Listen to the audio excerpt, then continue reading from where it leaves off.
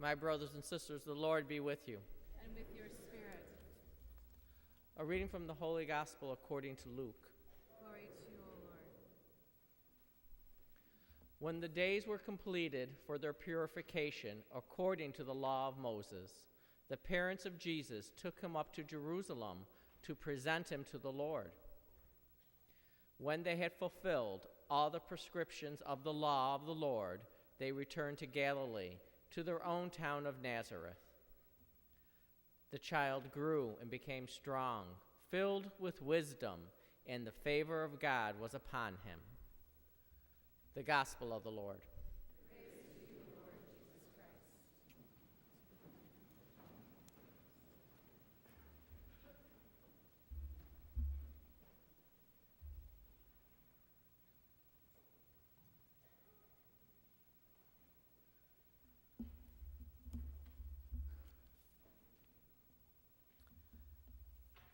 Well, I think our readings today really have three words that I'd like to reflect on today: promise, faith, and legacy. In our first reading, we hear about the promise that God makes to Abraham. And that promise is that he will have heirs. In fact, he takes him outside his tent and says, "You'll have heirs as numerous as the stars in the sky." And Abraham understands, because as he's talking to God, he's complaining about how he has all these things that God has given him. But he understands that no matter what he has and what he accomplishes in this life, that he must leave it all behind. And I think the question for us is that, to whom do we want to leave all that we have behind? We live in a finite world, a world that is decaying and passing away. But there's something within us, something deep within us, that desires and seeks eternity, the infinite. As St. Augustine would say, "Lord, our hearts are restless until they rest in you." We want to last forever. We long to last forever. Abraham, in fact, does live on in each and every one of us. We are his children in faith. He accepted God's promise. He trusted in God's promise. And God's promise is fulfilled in each and every one of us. By our faith, we are indeed the children of Abraham. Abraham puts faith in God. He puts his faith in the Lord. And it is, as our reading says, credited him as an act of righteousness.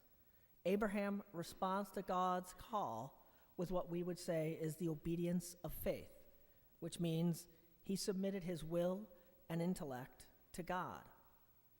God calls each and every one of us through revelation, through the Bible, through the tradition of the church, and ultimately in fulfillment through Jesus Christ, to faith, to a personal relationship with God. God's desire for each and every one of you is to have a personal relationship with him. He desires for you to know him intimately and deeply, and he desires to know you. Our response, the only real adequate response to this invitation, is in fact faith. To obey in faith is to submit freely to the word that has been heard, because it is the truth that is guaranteed by God himself, who is truth. Abraham is a perfect model of obedience. He places his trust in God. He gives up everything to travel a long distance, trusting that God will take care of him.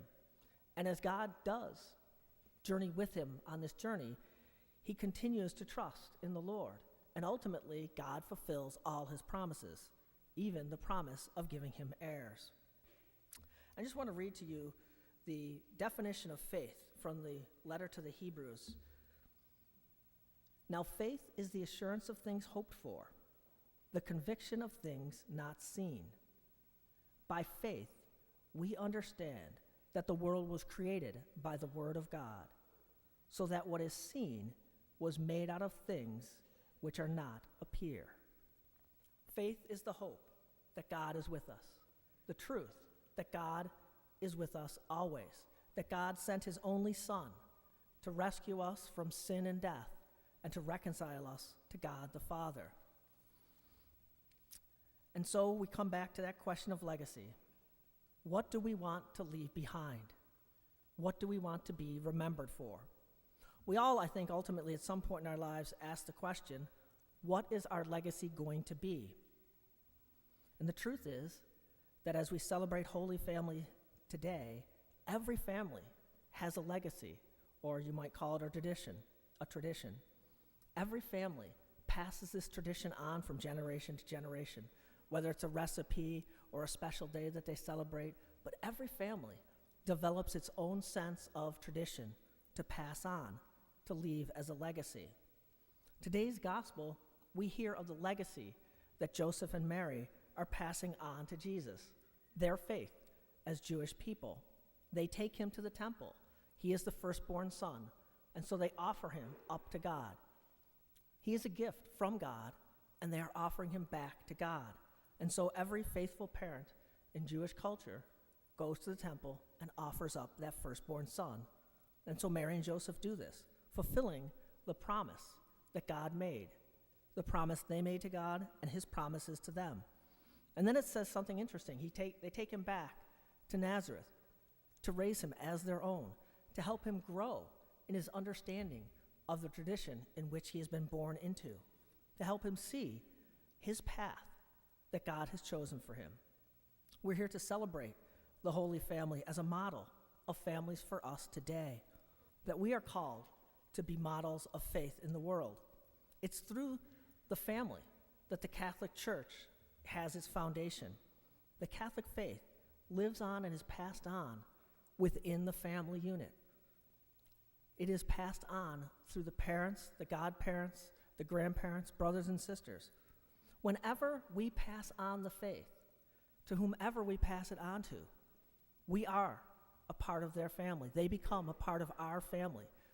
We become mothers and fathers, brothers and sisters to those whom we pass on the faith. That is our legacy. That is the only legacy that will last forever.